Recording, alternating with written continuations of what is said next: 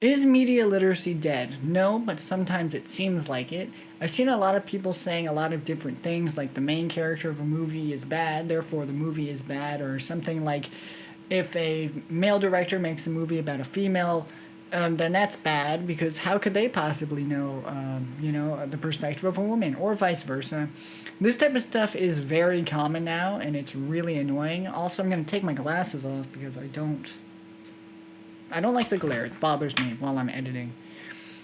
This type of thing is very common now, and it's very annoying. I don't like this idea that people are like putting their own.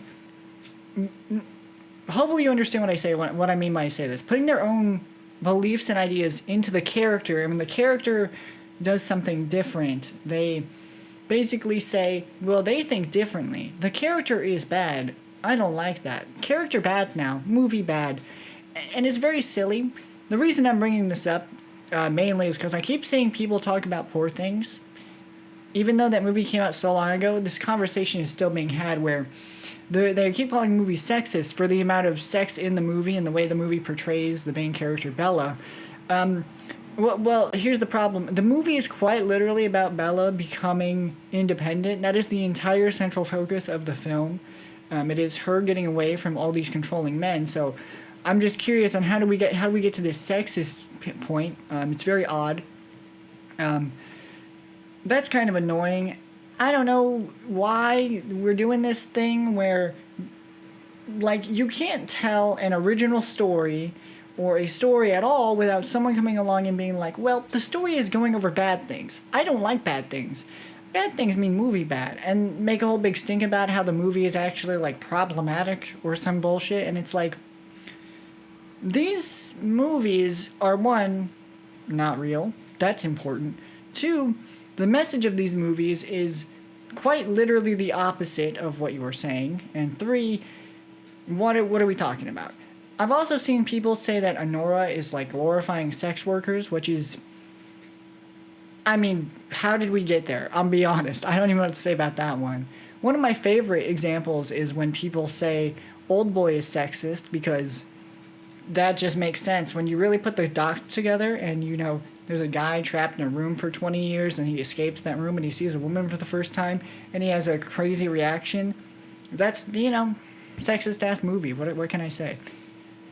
Why am I making this video? I don't know. I just wanted to rant about this. I don't really know how to explain this properly. I'm just so tired of seeing people discredit complex and well-told stories because they don't like the perception, like, they don't like that the movie is bad. There's bad things in the movie. The characters are not perfect, and that bothers people.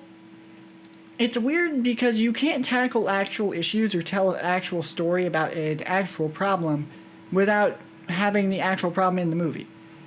It's just odd.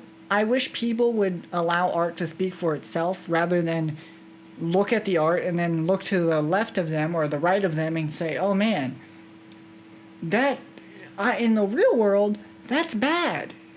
So that's bad. Movie bad. It's like, come on.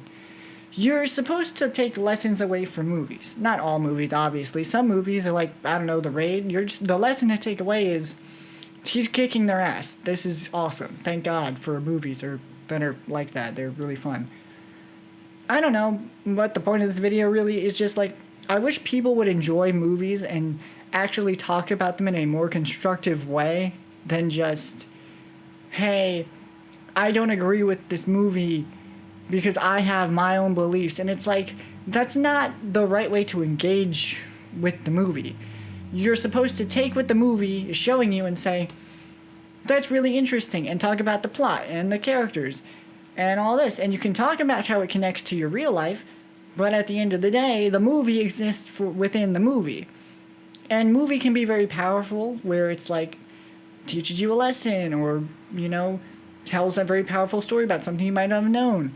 That's another thing about movies that really bothers me, is that people won't expand and watch other movies, and then complain about movies not being good anymore. That's something that pisses me off, because it's like, the movies are always good because there's a lot of them. You just don't watch them, and then you look on fucking TV and see a trailer. You know, you're on YouTube, you see a trailer for the new Marvel movie, and you're like, oh, movies are so bad now. Oh man, Marvel's so out of ideas, and it's like, yeah, so go watch something else. You know, anytime something original is put in theaters, it bombs. Most recently, Companion, an incredibly fun, original movie that is creative and funny and scary and well acted, and no one went and saw it, and it was pulled out of theaters 2 weeks after it got there because no one saw it. I don't know. It's just annoying. My point being with this video is go watch more movies and give movies a chance to actually be movies instead of being this weird bubble echo chamber of ideas that you like and want to hear reflected back at you, because that's not what movies are. That's not the point of them. They're stories, and there's a million different ones, and I think it's a lot more interesting to interact with them in that way than having this weird idea of what a movie is supposed to be.